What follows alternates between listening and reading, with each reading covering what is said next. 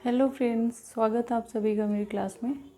हम स्वर संधि पढ़ रहे थे। स्वर संधि के हमने 3 भेद देख लिए थे, 2 भेद बाकी हैं, तो चलिए आज देख लेते हैं 2 भेद और।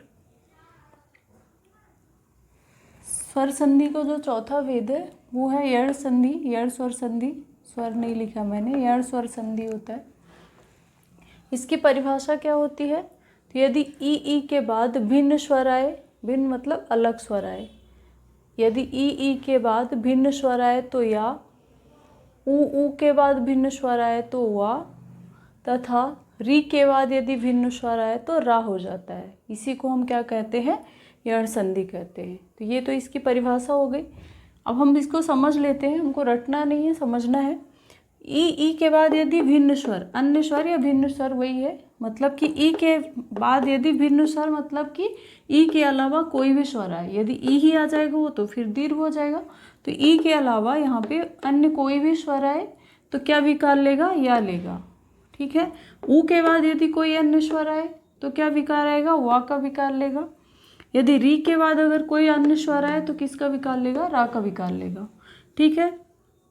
अब हमने क्या समझा, इससे हमको क्या समझ में आया कि जो ई प्रथम शब्द का अंतिम वर्ण होगा वो क्या होगा? या तो ई होगा या तो ऊ होगा, ठीक है, या री होगा, ये तीनों ही होंगे। बाद में कोई भी स्वर आ सकता है। ठीक है। तो यण संधि के पहचानने का सबसे सही तरीका क्या है कि हम पहले शब्द का अंतिम वर्ण देखेंगे। यदि पहले शब्द के अंतिम वर्ण में ई है, ऊ है या री है तो यण संधि का उदाहरण होगा। क्योंकि इसके पहले हमने जो 3 संधि देखी है उसमें हमने क्या देखा था कि पहले शब्द का अंतिम वर्ण हमेशा आ ही रहेगा। इसके पहले हमने 3 संधि देखी है, कौन कौन सी? तो उनमें हमने क्या देखा था? आ रहेगा, या तो फिर दीर्घ संधि में हमने देखा था ई या ई दोनों साइड रहेगा, या ऊ दोनों साइड रहेगा। ठीक है। बाकी जो 2 स्वर संधि देखी थी हमने, गुण संधि देखी थी और वृद्धि, तो उनमें हमने क्या देखा था कि प्रथम शब्द का अंतिम वर्ण का हमेशा आ ही रहेगा। ठीक है। लेकिन इसमें क्या होगा? प्रथम शब्द का अंतिम वर्ण या ई होगा, ऊ होगा या री होगा, बाद में कोई भी अन्य स्वर आ जाएगा। तो यदि ऊ के बाद कोई अन्य स्वर आएगा तो विकार किसका होगा? वा का। ई के बाद अगर अन्य स्वर आएगा तो या का विकार होगा, और री के बाद यदि अन्य स्वर आएगा तो रा का विकार होगा। ठीक है, समझ में आ गया। अब हम इसके उदाहरण देख लेते हैं। ई वाले उदाहरण हम पहले देखेंगे, ये पहले वाले का उदाहरण पहले देखेंगे। तो प्रतिधन अक्ष पहला उदाहरण है। अब हमने क्या देखा? ता में किसकी मात्रा लगी हुई है? ई की। ई आ गया, यहाँ पे कोई भी स्वर आए, आ गया। अब ई और आ मिलके दोनों मिलके क्या विकार बनाएंगे? या का विकार बनाएंगे। ये या कैसा या रहेगा? आधा या रहेगा ये, लेकिन ये पूरा हो जाएगा। यहाँ पे जो मात्रा रहेगी ये इसमें लग जाती है तो ये पूरा ही आ या होता है। ठीक है। अब जो ये शब्द होता है जिसमें ई की मात्रा लगी रहती है, कोई भी शब्द हो ये आधा होके इसमें मिल जाता है, तो ये क्या हो जाएगा? ऐसा। यहाँ जो मात्रा रहेगी आ की मात्रा थी तो आ इसमें जुड़ गया तो ये या हो गया पूरा। अब ये भी समाप्त हो गया, ये भी समाप्त हो गया। अब प्रा के बाद हम किसको लिखेंगे? इसको लिखेंगे। अब बाकी जो आ के बाद जो बच गया उसको लिखेंगे। तो शब्द क्या होगा? प्रत्यक्ष। ये देखिए प्रत्यक्ष। हमने पहले प्रा को लिख दिया, फिर ये जो विकार हुआ उसको लिख दिया, इसके बाद हमने किसको लिख दिया? ये जो बचा हुआ इसको लिख दिया, प्रत्यक्ष। उसी तरह परिधन अंत क्या हो जाएगा? पर्यंत। अब देखिए ये री और आ मिलके किसका विकार लिए? या का। यहाँ पे क्योंकि आ है तो ये या क्या हो गया? पूरा हो गया। इसके ऊपर मात्रा किसकी लगी? अंक की, तो ये लगा दिए अनुस्वार। इसके बाद ये रा किस में होगा? आधा होगा, तो आधा रा हमको पता है कि आधा रा कैसा होता है? ऐसा होता है। तो ये रा यहाँ पे लग गया। अब इसको भी समाप्त कर दीजिए, इसको भी। अब पा के बाद क्या लिखेंगे? ये विकार जो हुआ वो लिखेंगे, और ये जो बचा हुआ शब्द रहेगा, वर्ण रहेगा, उसको लिखेंगे। तो क्या हो गया? पर्यंत। इसी तरह अतिधन अंत क्या हो जाएगा? अत्यंत। अतिधन अधिक, अत्यधिक। और शब्द देख लेते हैं। परिधन आवरण। परिधन आवरण, यहाँ पे भी ये दोनों मिलके विकार किसका लिए? या का। ठीक है। अब देखिए यहाँ पे आप ये दीर्घ था तो यहाँ पे भी ये दीर्घ हो जाएगा, इसकी मात्रा लग जाती है इसीलिए पूरा हो जाता है। ये आधा रा का विकार लेगा तो ये कैसा बन जाएगा? ऐसा। ठीक है। तो ये बन गया ये। ठीक है। अब ना तो हमको इसको लिखना ना ही इसको लिखना। लिखना क्या है? पा के बाद जो ये विकार हुआ इसको लिखना है। तो ये पर्या और फिर बाकी जो ये बचा हुआ उसको वैसा को वैसा लिख देना है। तो क्या बन गया? पर्यावरण। इसी तरह इसको भी देख लेते हैं। विधन आकरण, ये क्या बना? दोनों को विकार क्या लिया? या का। यहाँ पे ये मात्रा क्या है? दीर्घ आ की, तो दीर्घ कर दिया हमने। ये वा को हमने क्या कर दिया? आधा कर दिया। ठीक है, अब इसका काम भी समाप्त। इसका भी, इन दोनों को नहीं लिखेंगे। अब जो आ के बाद जो बचा हुआ है उसको लिख देंगे। और ये जो विकार है, क्योंकि यहाँ तो और कुछ है नहीं, अगर होता एक ही वर्ण था, इसीलिए क्या हो गया? व्याकरण हो गया। ठीक है, इसी तरह अभिधानाश, दोनों मिलके किसका विकार ले? या का। ये या दीर्घ हो जाएगा, क्योंकि ये यहाँ पे मात्रा किसकी है? दीर्घ आ की। फिर ये भा आधा होके इसमें मिल जाएगा, तो ऐसा बन गया। अब यहाँ ये नहीं लिखेंगे, ये भी नहीं लिखेंगे, क्या लिखेंगे? ये आ के बाद सीधे क्या लिखाएगा? ये, और फिर क्या लिखाएगा? ये जो बचा हुआ है। तो क्या बन गया? अभ्यास। ठीक है, निधनाश, ये या बना, या में आ की मात्रा लगी, ये दीर्घ है तो, और ये ना आधा होके इसमें लग गया। अब बाकी अभी दोनों समाप्त, इन दोनों को नहीं लिखेंगे, लिखेंगे क्या? ना कि ये न्यास हो जाएगा। ठीक है, इसी तरह बी धन ऊ, देखिए बी धन ऊ, इसमें समझ लीजिए ये दोनों या हो गया, ये विकार दोनों ई और आ ऊ मिलके क्या विकार लिए? या का विकार। अब या में इसमें ऊ की मात्रा लगेगी तभी ये पूरा होगा, तो ये ऐसे हो गया। लेकिन इस ये आधा होके इसमें लग जाएगा, तो ये ऐसा हो गया। अब ये भी समाप्त, ये भी। अब हम क्या लिख देंगे? व्यू, तो ये व्यू हो गया। ठीक है, निधन ऊन, ये भी ऐसे न्यून हो जाएगा। विधन अर्थ, व्यर्थ। ठीक है, इसको समझ लीजिए। नदी धन ऐश्वर्य, शब्द देखने में कठिन लगता है बच्चों को।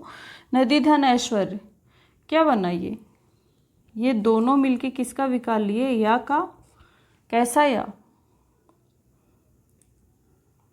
अब इसमें मात्रा किसकी लगी? ए की, तो ये ए लगा दिया हमने, ए।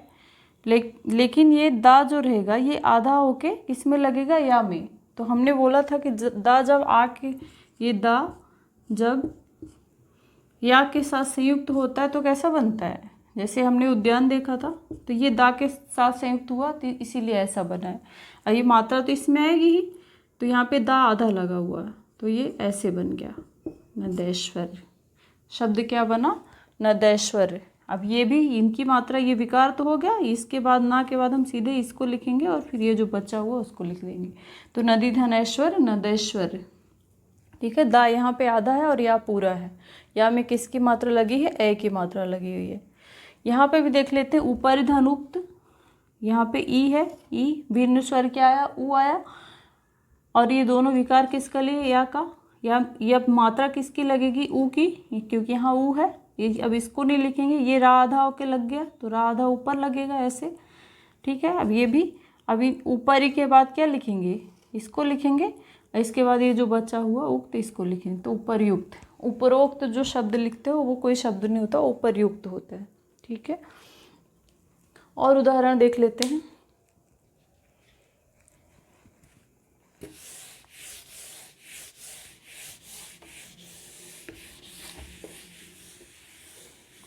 रटना नहीं है, समझना आप लोगों को, क्योंकि अगर आपको नियम नहीं मालूम है तो संधि गलत भी हो जाती है।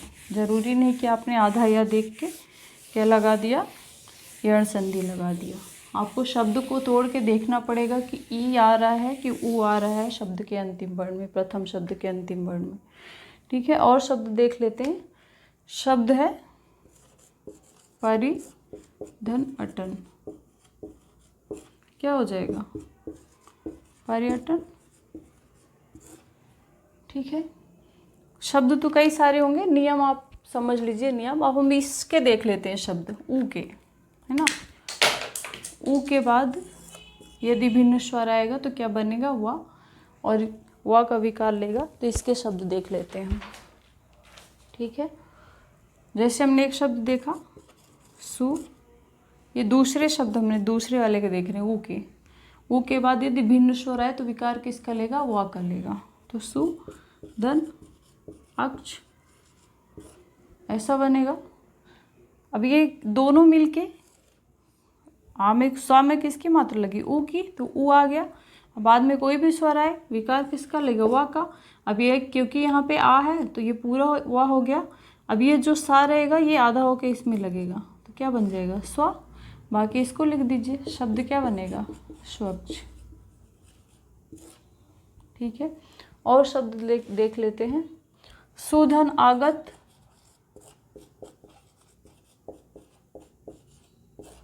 क्या बनेगा स्वागत। ऊ है तो वा का ही विकार होगा, स्वागत हो जाएगा। शब्द है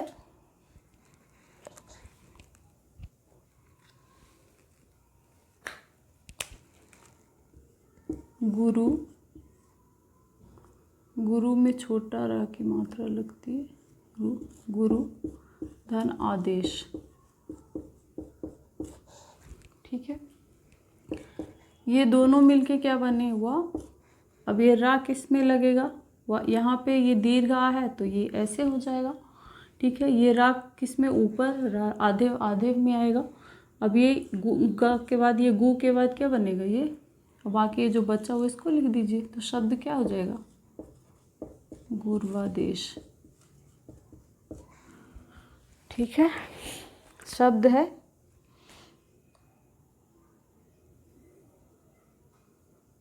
अनुधन एषण, अनुधन एषण। शब्द क्या बनेगा, दोनों मिलके क्या बने हुआ ना, आधा हो जाएगा, ए है तो ए की मात्रा लग गई, ये विकार। अब इन दोनों का काम तो समाप्त हो गया। तो ये अब आ के बाद हम क्या लिखेंगे, इसको लिखेंगे, ये आ के बाद इसको, और फिर ये जो बचा हुआ शब्द क्या बनेगा अन्वेषण। ठीक है, शब्द है सु धन अल्प, क्या बनेगा स्वल्प। सबको ऐसे ही करना है। वधु धन, थोड़ा सा कठिन शब्द है ये, अगर आपको नियम पता है तो कुछ कठिन नहीं है। वधु धन अर्थ, शब्द कैसा बनेगा देख लीजिए। अब ये दोनों ये मिलके क्या वा का विकार लेंगे, यहाँ आ छोटा है तो ये छोटा ही रहेगा, ये धा जो होगा वो आधा लग जाएगा। अब इन दोनों का काम तो समाप्त हो गया। अब जो वा के बाद इसको लिख दीजिए, फिर ये लिख दीजिए, शब्द क्या बनेगा बद्धवर्त। ठीक है, ऐसा सही शब्द होगा, है ना। वर्तनी अशुद्धि में भी आ सकता है आपको ये। और देख लेते हैं अनुधन इति क्या होगा, अनुधन इति।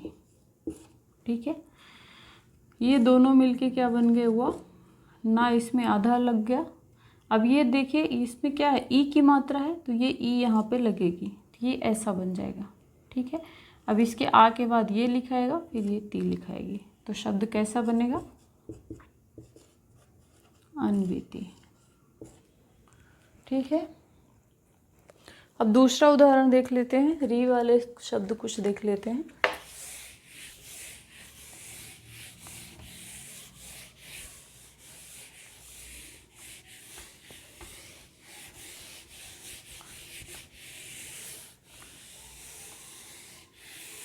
लास्ट बचा हुआ है री के बाद यदि अन्य स्वर आए तो रा का विकार होता है, यही पढ़ा हमने। यदि री के बाद भिन्न स्वर आए तो किसका विकार लेगा रा का। अब आप लोग ने कभी ये सोचा है कि रा का विकार होता, तो हमेशा ये इसके उदाहरण देखती हूँ तो कैसे त्रा आता है इसमें। जैसे शब्द है पितृ धन आज्ञा, ये शब्द कैसे बनता है पित्राज्ञा, ऐसे ही लिखते हो ना। पितृधन आदेश,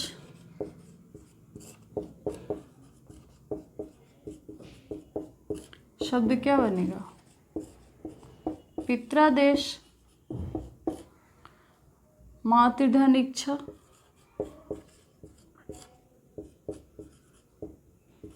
इच्छा, शब्द क्या बनेगा मातृइच्छा।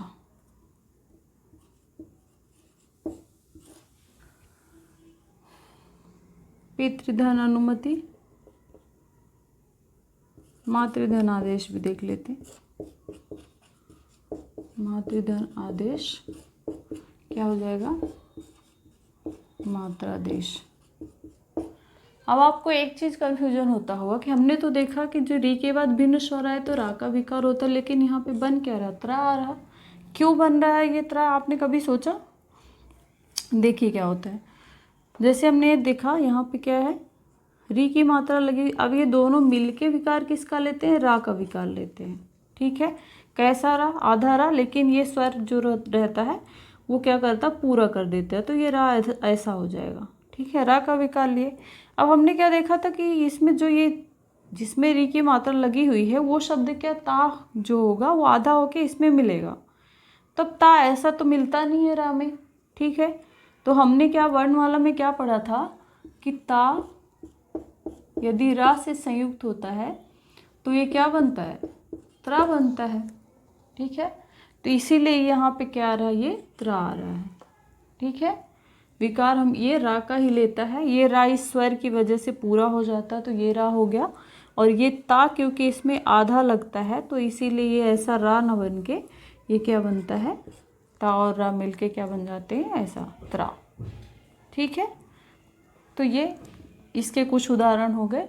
ठीक है, री के बाद क्या आएगा, कोई भी भिन्न स्वर आएगा, विकार हमेशा रा का लेगा, लेकिन ता वाले ही शब्द हमेशा होते हैं, ता में री लगी हुई होती है, इसीलिए ऐसे शब्द बनते हैं, त्रा हो जाता है। ठीक है, अब अगली संधि देख लेते हैं। स्वर संधि का लास्ट भेद बचा हुआ है, कौन सा, अयादि संधि, उसको भी हम जल्दी से देख लेते हैं। ठीक है, अयादि संधि में हमने देखे थे 4 विकार होते हैं, 5वां जो लास्ट भेद है अयादि संधि।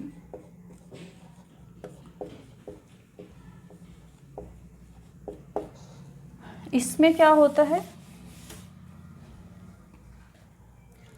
यदि ए ओ इनके बाद कोई भिन्न स्वर है,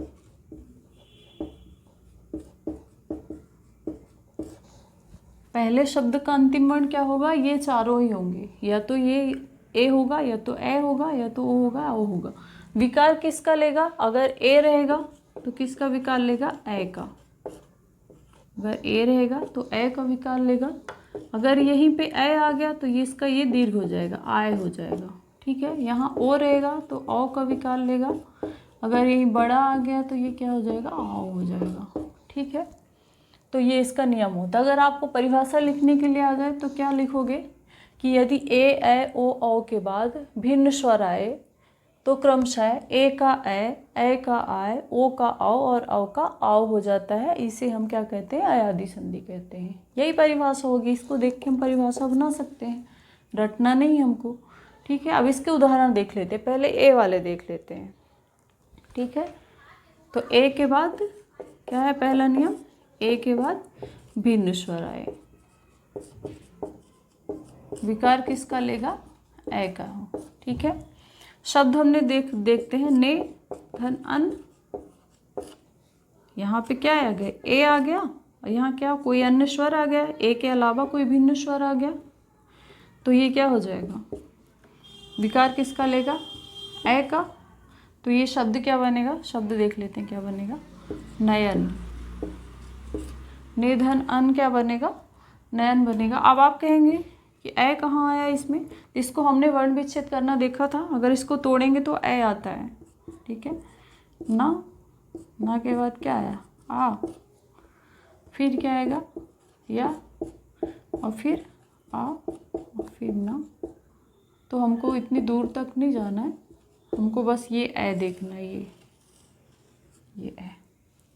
ठीक है, पढ़ने में भी आ रहा है, नयन ए का विकार होता है। इसके कुछ और शब्द देख लेते हैं, जैसे चेधन अन क्या हो जाएगा, चयन। शेधनन क्या होगा, शयन, शयन। अब ए वाले उदाहरण देख लेते हैं। दूसरा क्या था, ये था दूसरा, यदि ए के बाद भिन्न स्वर आए तो विकार किसका लेता है? आय का। ठीक है, शब्द है इसके, जैसे हमने देखा नए धन अक, शब्द क्या बनेगा? आय होगा इसमें, ये दोनों मिलके यहाँ पे क्या विकार होगा? आय का। ठीक है, तो यहाँ पे क्या बन जाएगा? नायक, नए धनक नायक। इसको अगर आप तोड़ेंगे तो आपको ये शब्द मिल जाएगा, आय मिल जाएगा। ठीक है, और देख लेते हैं उदाहरण। गए धनक क्या होगा?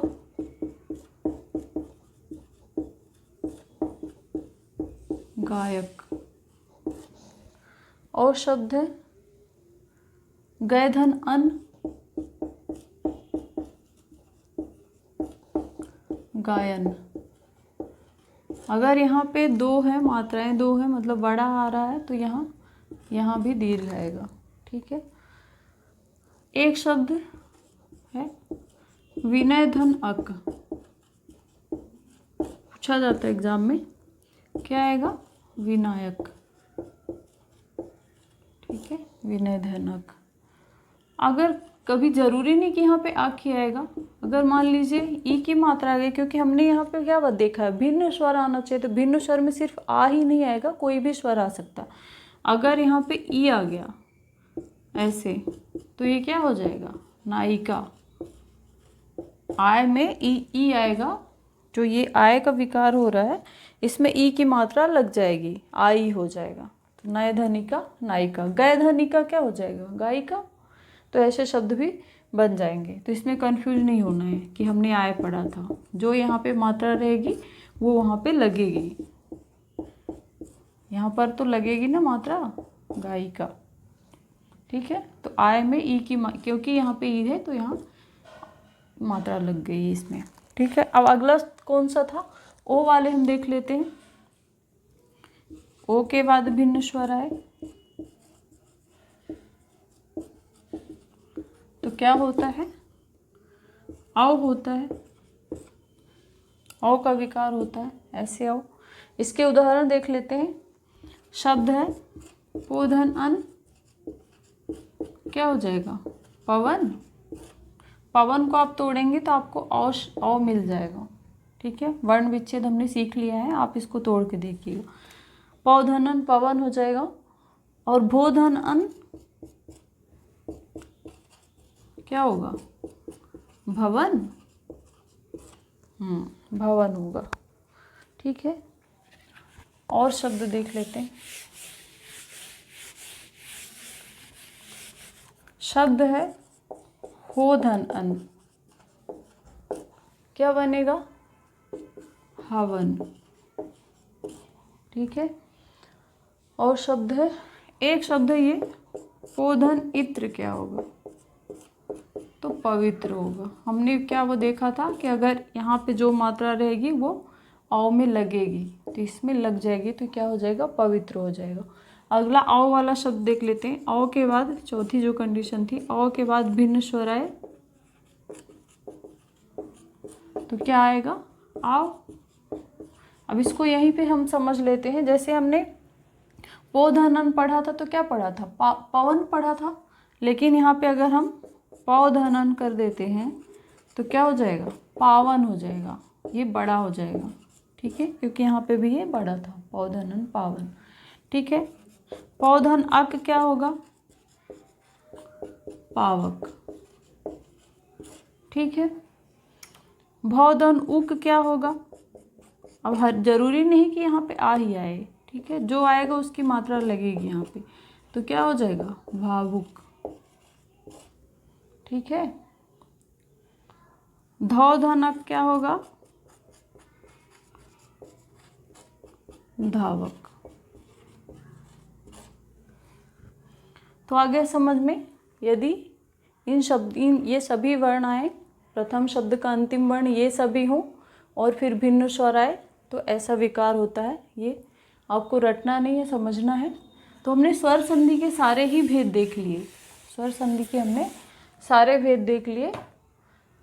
अब अगली संधि कौन सी थी? दूसरा संधि का भेद कौन सा था? व्यंजन संधि। व्यंजन संधि को हम अगली क्लास में देखेंगे। व्यंजन जो संधि है उसको हम अगली क्लास में देखेंगे। व्यंजन संधि जो है उसमें भेद नहीं होते, उसके क्या होते हैं, नियम होते हैं। तो वो नियम हमको समझने पड़ेंगे कि कौन से विकार होते हैं। तब तक आप जो ये पांचों हमने भेद पढ़े हैं, इनके आप किसी भी बुक से आप इनकी प्रैक्टिस करते रहिए। ठीक है, तो मिलते हैं नेक्स्ट क्लास में। Thank you.